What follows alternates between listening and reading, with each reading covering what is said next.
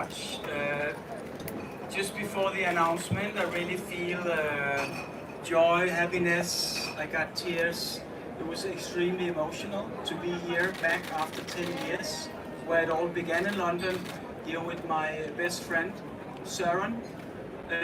We start knowing each other since 30 years ago, when we start talking about dishes, we start cooking a little together. And here we are now. Wow, thank you.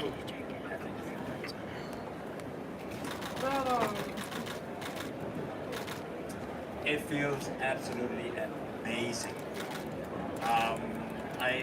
Sometimes, last year we were number 2, and we talked about what would it feel like to be number 1. You can't describe it. It's something you can't describe. It's just my heart and my head is just blooming with emotions. It's really so sorry if we can't explain it better, but it's an amazing feeling. Amazing feeling. And I want you to have a message to your team and about the teamwork that gets you to this position. Yeah. I mean, we have a wonderful team.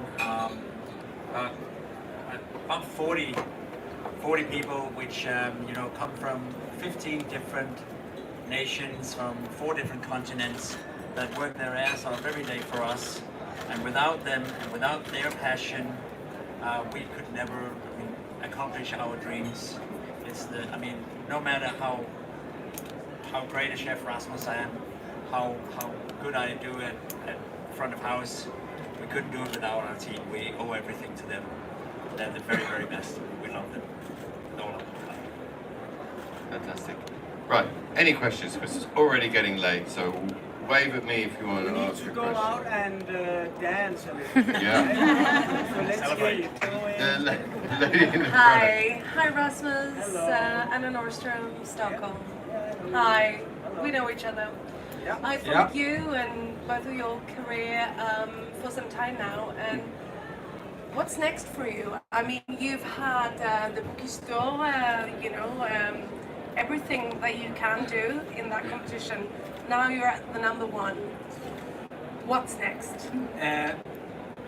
Actually, it was a secret, but my plan is to be the world's fastest chef.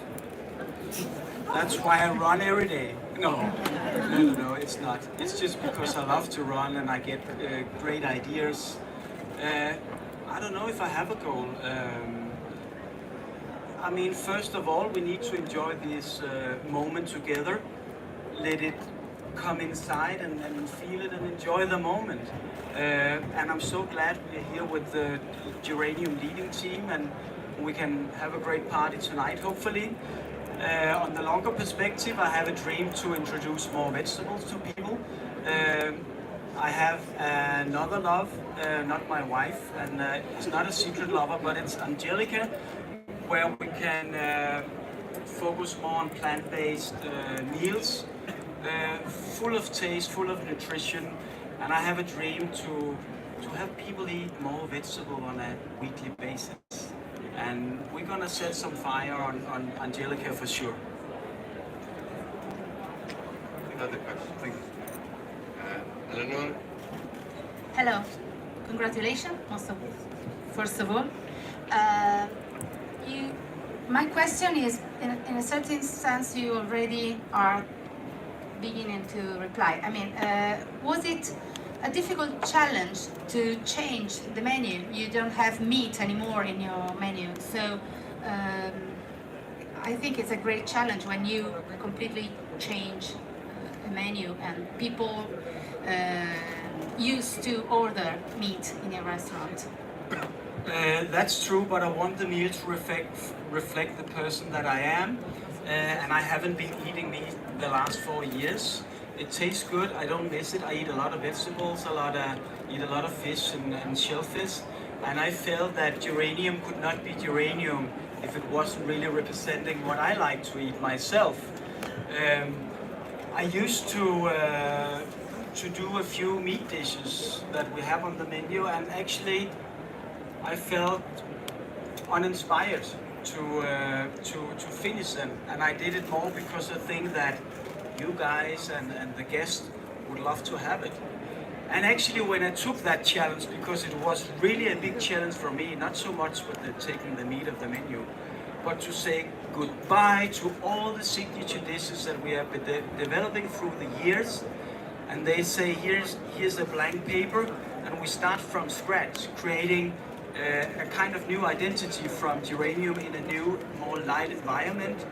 That has been a great challenge, and I love challenge in life. I believe that's where you live the life to the fullest. Thank you. Hello, my name is Kyoko Nakayama. I'm a journalist writing for the Forbes Japan. And luckily, I had the opportunity to dine at your restaurant a few days ago. And yeah, thank you very much. And I find out there is a lot of the female staff, and you are offering the really nice environment, working environment for your staff. So to help out the female staff after the give birth, the baby, and all of these things, what kind of the support you are thinking? Well, I think we have, well, in total about 15 women working for us, and it's been quite amazing. My wife works at a restaurant as well, and I think in many respects, it creates diversity as well as people from all over the world. We have, some of the best, one of the best sommeliers I've ever met. An American girl, Jackie, is working for us, We have some of the toughest girls in the kitchen you'll ever meet, Carolina and Martina. Those girls are just amazing. And it's not because, you don't really see them as girls or boys or whatnot, they're mentally strong, and they're really good at teaching other people. And I think what we've done working environment is that we are letting our co-leaders in the restaurant shine and let them, so it's not just me and Rasmus setting the course of Geranium, but we're letting all of these wonderful people be part of showing the way. And I think if you give people responsibility, they will rise to that occasion, and they will become great leaders, and they will learn, pass on knowledge to everybody else. And I think that's especially a great example with Carolina and Martina in the kitchen. So yeah, some wonderful girls. Hi, I'm Tove. Hi. Tove. Hi, nice to meet you. Congratulations. Thank you. Very happy for you. I actually have two questions, but I will start with one of them. Copenhagen again. Winner, last year Noma, this year Geranium. What is it in the water that you have in Copenhagen that's so good? No, that was a joke. But what is it that what is it with Copenhagen? I know we talked about it last year with Noma, but there's so much going on there, it's amazing. I think Rasmus said it really well just a moment ago, diversity. Copenhagen is filled with passionate people in this industry, all the way from great bakers to great baristas, making great bread, coffee, restaurants in from just bistros, brasseries, all the way to Geranium and other restaurants in that category. I think there's so much quality, and as Rasmus says, maybe a few more Japanese restaurants wouldn't hurt. But no. I think that it's the diversity. We're all different. If you look at the 3 Danish restaurants that are on the list this year, you can't really compare them in any way because we're so different. And I think that tells a lot about the kitchen in Copenhagen. Can I ask one more? Just one more. The question is, Okay, sorry. I had a very important one though. Okay. Who else was asking? Someone I saw some hands. Yes, in the middle here. Hi, congratulations. I'm Maria from Love Food. And my question for you is, we've obviously all come from 2 very difficult years, hospitality more than anything. Lots of people in the industry died. Lots of people in the industry are struggling to find people to work. There's a shortage in work. And in some other industries, a lot of people are talking about 4-day weeks and all these wonderful things. But how do you think in hospitality and in like cuisine, how does that equate to the quality of work and life balance in an industry where, you know, long hours, tough conditions?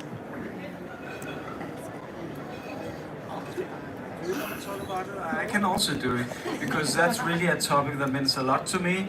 Why? Because I have 3 kids myself, so it's just impossible to be at the restaurant all the time. You have 2 kids. Mattia is having 2 kids. Yeah, Mattia is there. No, but he told me he's working on the next one. Okay, only 1 so far. Our assistant head chef Ronnie have 2 kids. Susanna in the office, Christina. I mean, we are fathers and mothers, so we need to balance it. Otherwise, we can simply not be open. And I love family, and I also love Geranium. And actually what we did recently was we raised the price a little bit, because we think the new menu was very good. And then we gave the chefs a lunch off. So we took a lunch away. It's very difficult to do it money-wise, but we are struggling to make it work. And we do all that they can to find a good balance in working life. We are running together. Søren is taking them to CrossFit, and they come back really tired. So be careful with, don't push them too hard. We just had ice creams from Østerberg. It makes the best ice cream in Copenhagen just before the holiday. And I think we have a great logistics, so we will not be like stressed or burn out. I think it's a great feeling in the kitchen. And you can see that when you are visiting Geranium, and also when we show the back area. I mean, you will not see a chef beating another one or people kissing there. I think it's a great ambience, and I'm proud to be a part of that. Yeah, and if I can add a little bit, you know, when Rasmus and I actually opened Geranium back in 2007 in the old location, it was very important for us that we only were open for 4 days.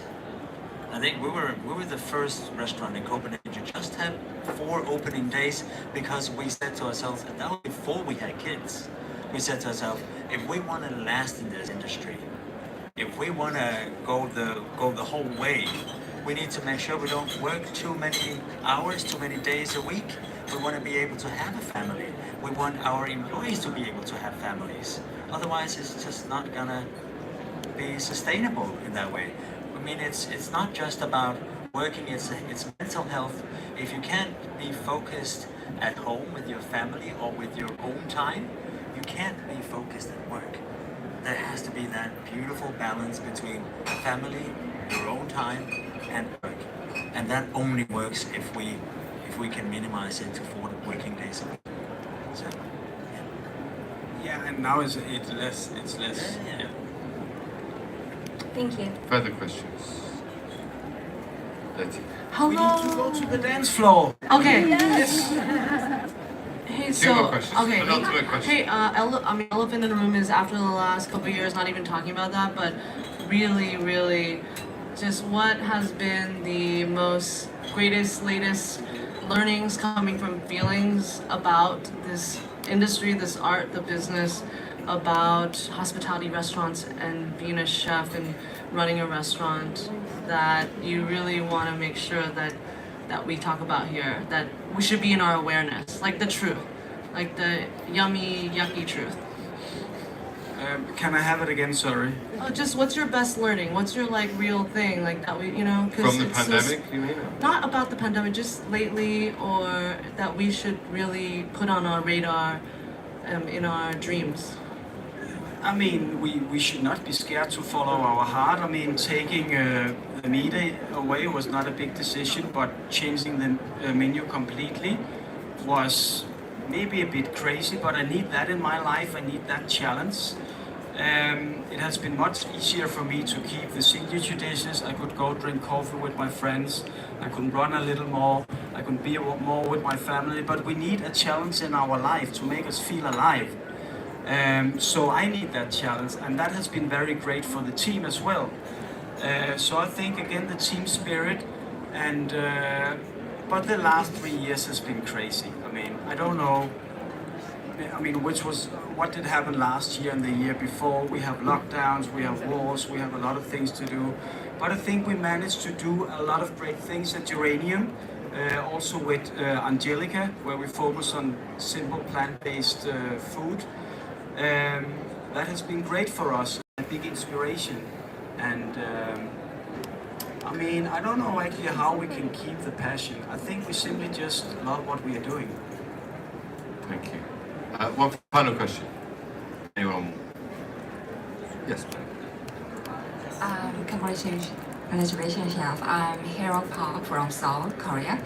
I think so many restaurants want to invite you to their restaurant and to make a good collaboration to experience you and the Geranium's philosophy and something like that. So how about, is there any plan to go abroad in this year, or how about you think about that, to go abroad and to share with your experience with them? It's a little difficult to find the balance like we talked about. So that being said, we have not been traveling so much lately because we want to focus on Geranium, the family. We're gonna do a beautiful pop-up on the countryside of Denmark with Angelica, where we're gonna cook some terroir plant-based food, and I'm looking so much forward to it. I mean, it's not a huge travel. It's like 25 kilometers from Copenhagen, but it's gonna be fun, and let's start with that. But we are open-minded. I mean, we love to be inspired and to inspire others. So maybe in the future. One quick final question from me. You've been to the world's 50 best restaurants many times over the years and gradually climbed the list, but you expressed on stage the sense of community. What does the world's 50 best restaurants as an event or as a community bring to the gastronomic world? Well, you know, I mean, at least for us, you know, over the 10 years that we've been on the list, you know, it's given us endless friendships, collaboration with other restaurants, you know. I mean, it's opened up the world for us. You know, I mean, we have so many friends around the world today. I mean, and here and out there, right? Yeah. No, but and I mean, throughout the pandemic, I mean, we spoke about this earlier, but you know, it's we have spoken to a lot of our friends around the world, restaurateurs, chefs, maitre d's that we've met here at the World's 50 Best, and that has helped us. We've helped them. You know, we've talked about how people got through the pandemic.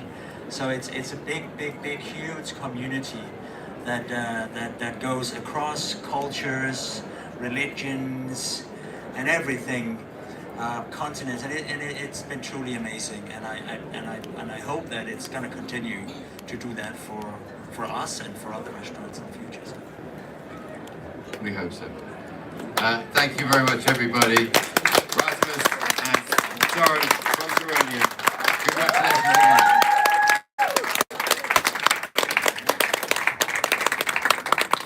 Let's go have a drink.